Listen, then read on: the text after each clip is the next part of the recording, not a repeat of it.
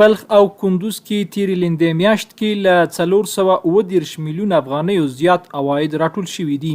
د افغانستان برېښنا شرکت اړوند بلخ او کندز برېښنا حوزې ریاستونو تجارتي څانګو له لوري د روان 1403 لمریز کال تیرې لېندۍ میاشت کې له پلورل شوې برېښنا او متفرقه خدماتو څخه ټول ټال 430 میلیونه 15,93,922 افغانۍ عواید ترلاسه شوي دي.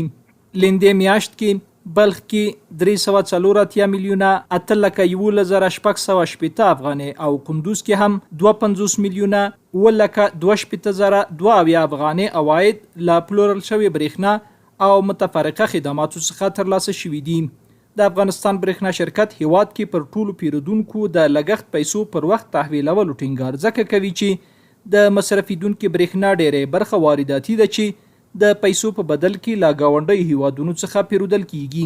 تیرو نږدې 2 اونیو کې د افغانستان برېښنا شرکت رهبرۍ پلاوی د ترکمنستان او ازبکستان په ګډون یو شمېر هیوادونو سره د 2025 زیږدیز کال لپاره د برېښنا پیرودلو تړونونه لاسلیک کړل. دردونه بې قرار شګران وطن نور زلمی شي قربان دې شم وطن.